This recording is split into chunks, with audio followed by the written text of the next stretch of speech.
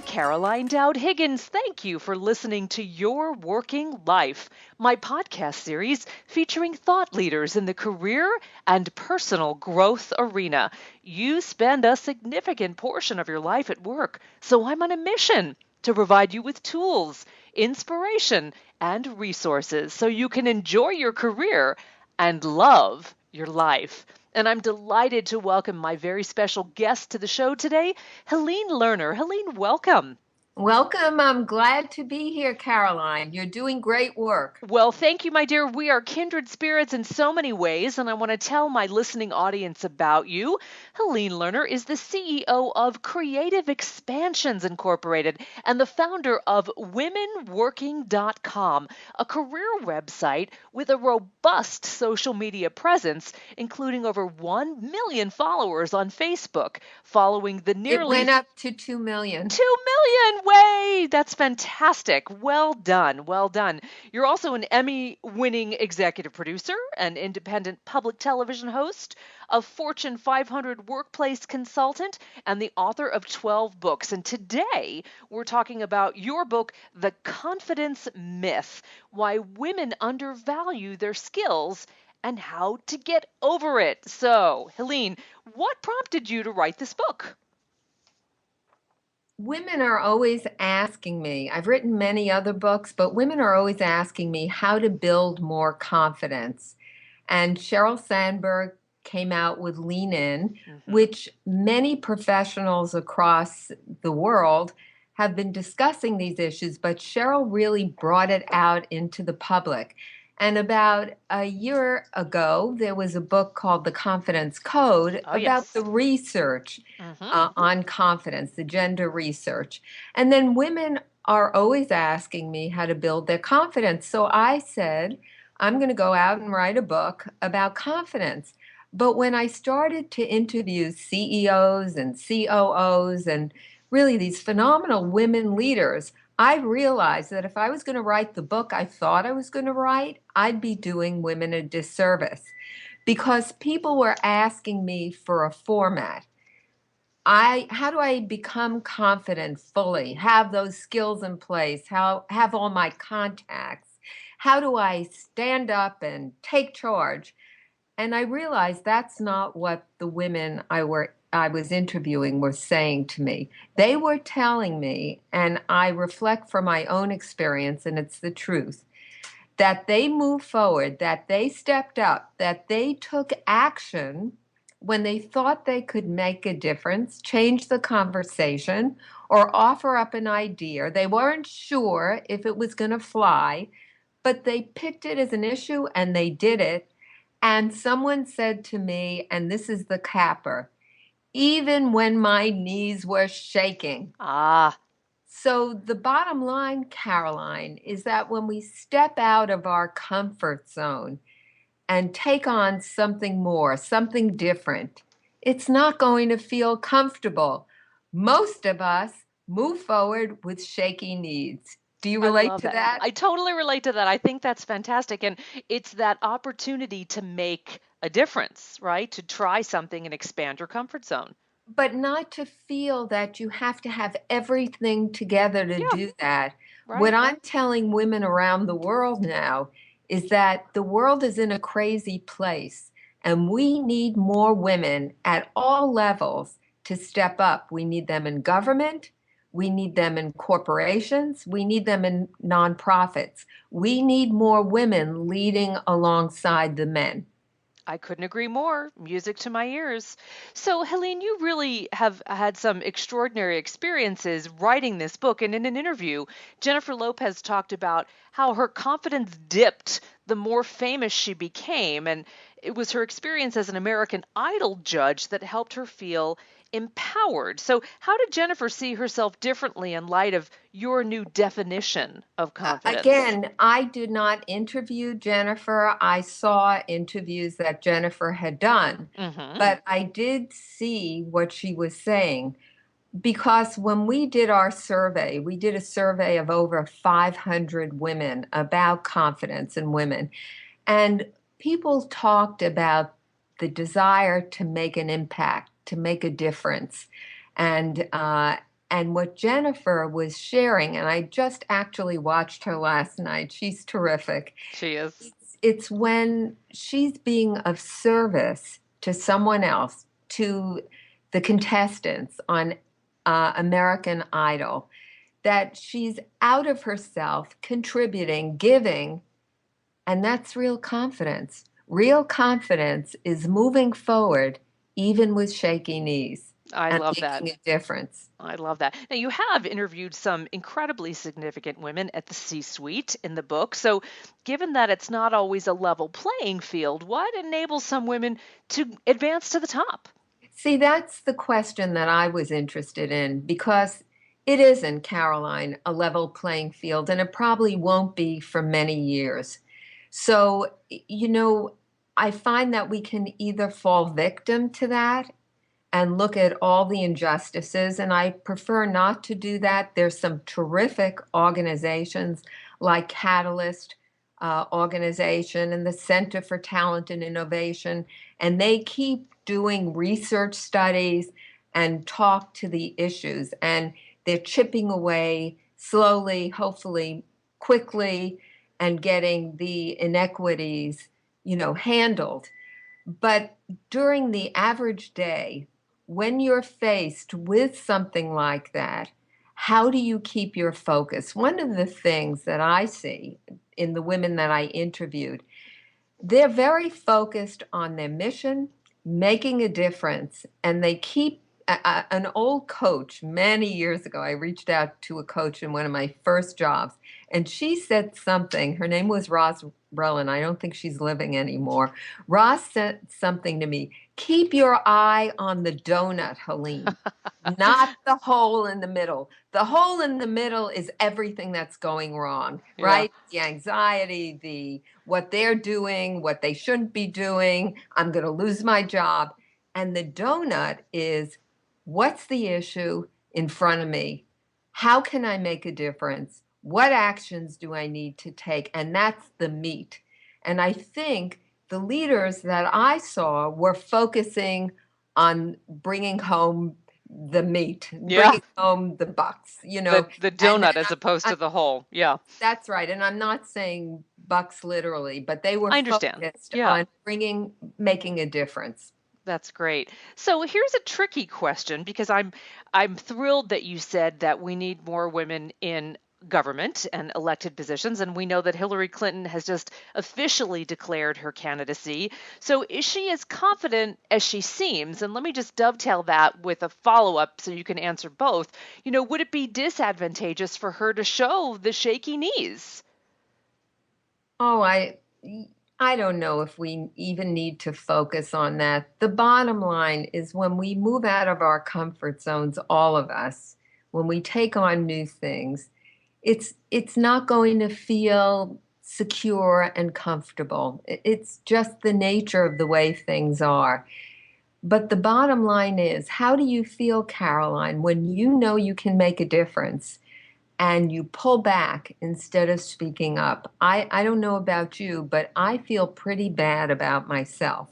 When I'm hearing like a challenge or a project group trying to work out a solution, and I know the answer, and I'm pulling back because I'm listening. In the book, I talk about mad mind chatter. I'm Mm-hmm. listening to all those negative thoughts in my mind rather than how do I get the group to hear what I have to say so we can move the project along.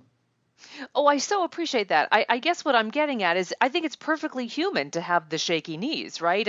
And I'm proud of Hillary I for think a lot of leaders that I've seen, I remember I had Anne Mulcahy, who was the yes. former CEO of Xerox, on one of my TV shows, and I'm very privileged to know a lot of high-level leaders in this country, and the ones that are authentic and show their vulnerabilities as well as their strengths are the ones that are so loved by the people because you can relate to them. If Yeah. she can do it, then I can do it, and she is like me. And there's You know, authenticity. that's Yes. right. Exactly. exactly. So you did this incredible survey about women in confidence. So share some of the findings about that particular survey.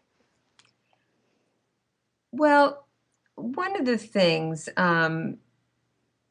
women were saying is that they would seek greater personal and professional goals if they had more confidence. But to build that, you need to step out and take some calculated risks. And many of the women, as I said, in fact, 86% of the respondents talked about, in relation to confidence, wanting to make a real difference. Again, wanting to make a real difference, you've got to take some calculated, smart risks in order to do that. And of the respondents that um, talked about things that enhance confidence, they saw the ability to make a mistake and recover from it as important. I think sometimes as women, we're so perfectionistic, mistakes aren't for us, they're for other people. But women who could, admit to a mistake, learn the lesson from it and then move on was very important. And perfectionism is a killer. Bosses who micromanage are a killer. And those were some of the results of the confidence study. So I think the bottom line is that in order to grow a wealth of experience and have an impact and move forward with shaky knees, you got to move forward. You got to take those actions and those calculated risks. I love that. And I love the concept of recovery. And I agree so much. I liken that to the Olympic ice skater, right? Who falls, gets up, keeps going with the routine, and earns a great score and perhaps earns a medal, right? It's not over if you fall. You've got to Well, recover and get back something, up. Caroline, when I reflect on my own life, when I've done something incredibly well, I take it in, or maybe I need to take it in a little bit more because I think I'm always looking for that next accomplishment. And part of what I try to teach women and teach myself is to really acknowledge your accomplishments. But the things that really grow me, the things that grow my inner muscles, are when I have some challenges, I make some mistakes. And again, it's a question of not staring at them, but learning the lessons, saying to yourself, dust yourself off, I'll do better tomorrow. I love that Scarlett O'Hara, Yeah. Gone with the Wind. I'll think about it, I'll do better tomorrow. Um, but I think, and move on, move on. Everyone's going to make a mistake. Tyranny of the perfect, someone once said, and I think that's so cool. None of us are without making mistakes. Thank goodness. Absolutely. So you talk about the real secret behind charismatic leaders. So what can the everyday woman listening learn from those charismatic leaders? I think charisma, and I was taught this by a terrific public speaking coach that I had, Lee Glickstein, and he has a book, Be Heard Now. Hmm. He's a great guy. And what he said real charisma is the ability to listen to an audience. And you're an opera singer, so Hmm. when you get on stage, it's not only what you can give out, but really feeling the group that's there. And the Center for Talent and Innovation did some research about executive presence. And one of the qualities that leaders have is the ability to read a room. And so when I go out to speak, I really try to listen to what's going on, not just by the words. There's kind of an energy in the room. And then I'm just guided intuitively. And one very interesting thing, because one of the chapters in the confidence myth is about intuition. And because I think intuition is a business edge, and I think career women don't use it enough. But when I started the book, I thought intuition, that's a female quality. Women would be using it more than men in business. That's not the case. the research says that women and men use it equally. And what determines whether you use your intuition more is how high up you are on the totem pole. So, very high level leaders probably use their intuition more because they have to make snap decisions. But I think our gut sense is very important. And I've met several of the women leaders that I've interviewed who talk about using their intuition as a business edge. Jackie Hernandez, who's the former COO of Telemundo, she said when she first came to Telemundo, they had a logo that was blue and they needed to change the logo. And Jackie just had a gut sense that red was the way to go. And ultimately, that's what they did. So our intuition is very important in business, and not just with issues and issues to pick and as issues that you're going to keep running with, but also with people. You know, Caroline, you meet someone and they smile, right? And they're saying they're going to support and help you, and they're saying all the right things. And you wonder why you have a stomach ache. And you know something is not right in what's being said. Trust your gut. I trust my gut these days. Very important. I love it. Good wisdom and advice. So, Helene, let's take that to the next level, right? I agree, trusting your gut. I also know that I have grown and developed from mentors and sponsors who have shared feedback and ways for me to grow and navigate around my blind spots. But feedback can also derail you if it's not well directed. So, how do you sort out what's useful and what's not? Well, I think, first of all, it's one thing to know yourself and know your strengths and areas that you need to improve on. And if there's an element of truth in it, we've got to listen to that. But if there isn't, it's time to let go and move on. What I found is that when most people are disparaging and negative, it has nothing to do with me and everything to do with them. So don't take it personally and move on. However, when the feedback fits, and again, I trust your listeners to know when it fits because you've heard it time and time again, so it fits. We owe it to ourselves to do some inner work, to get some support so that we can really move forward. Because the bottom line, Caroline, is we need more women out there, and we need the women listening to step up no matter what level they're at. I'm with you 100%. And I agree. It's not about taking constructive feedback personally, but taking it seriously when you deem it appropriate. Great. So, Helene, what's your mission? What do you hope to achieve with this book? And what is your call to action? Well, I'm not even going to say call to action. I have a calling. Okay. And I wrote another book, In Her Power, Reclaiming Your Authentic Self. I think all of us have callings. My calling might be different than yours. And sometimes your calling is related to your job. But like you said at the beginning, it's related to my passion. So my mission many years ago, it was very clear and very simple to empower women and girls around the world. And I do it through television. I do it through radio. I do it through the books. I do it through our website, womenworking.com. And I want to tell you a story of what happened a year ago in our social media, Caroline. I know someone's watching down at me. About a year ago, our Women Working website, and I hope your your listeners will go to womenworking.com.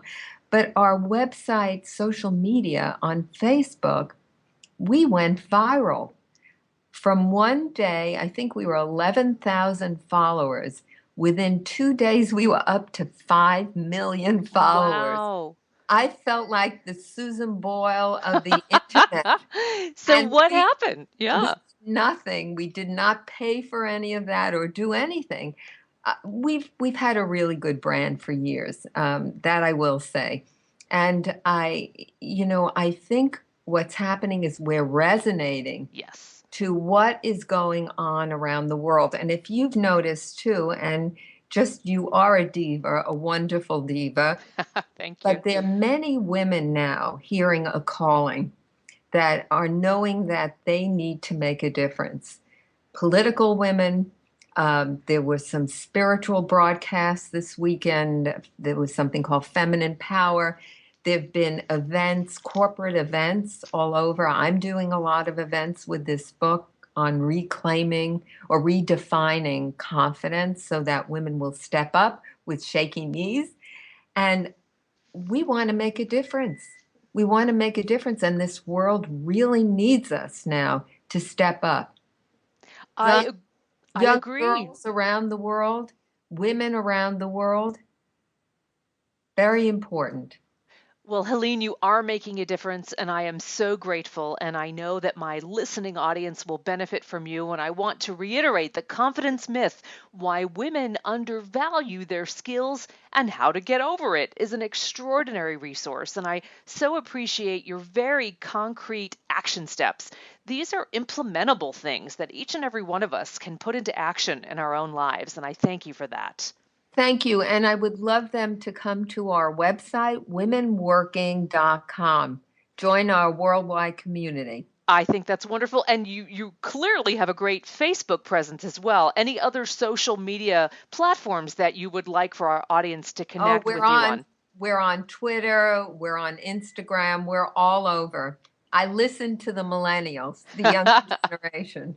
So the mothership is womenworking.com, and you can access any of those social media platforms via the main womenworking.com website. Helene, what a joy to have you on. I wish you continued success. I thank you for your great work, and I hope our paths cross in person Oh, sometime I soon. would love to. And I just want to endorse all the good work you're doing and the energy that I can hear in your commitment to really empowering your listeners. Well, thank you. You have a great rest of the day, and we'll talk soon. Okay. And thank you for tuning into Your Working Life, where my goal is to help you design your career destiny so it doesn't happen by default. True career and life satisfaction is possible, and it's time to embrace what you love doing so you can do more of it. I'm Caroline Dowd-Higgins. Take good care.